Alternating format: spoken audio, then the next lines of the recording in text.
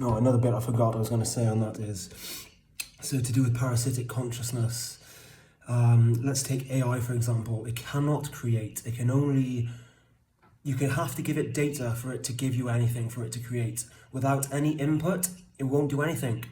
And the guy who made the first computer actually realized this, and that's when he got into quantum physics and spirituality. So the guy who made the very first computer is now a very spiritual person because he realized computers can never create. They're not consciousness. Until you give them something, for an eternity they will make nothing, not anything.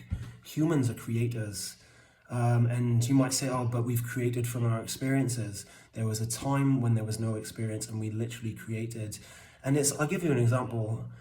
Babies, whilst in the womb, show the same brain patterns, brain waves, as someone that is dreaming.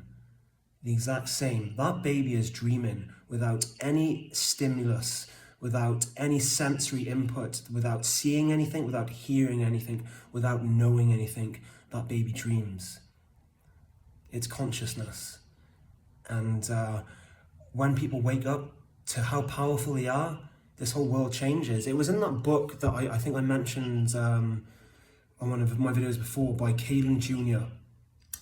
It is a book it's called like the Forbidden Laws or something, and it literally came across to me randomly on the internet, because this is how I'm guided to these things. They just come to me. And it came in a PDF file of this book, and it's an incredible book. It changed my life. And one of the things in it, it was saying that when you realize what these entities are that people worship, that they are parasites, they have no power unless you give them power. These entities are terrified of that because they cannot do anything to you anymore.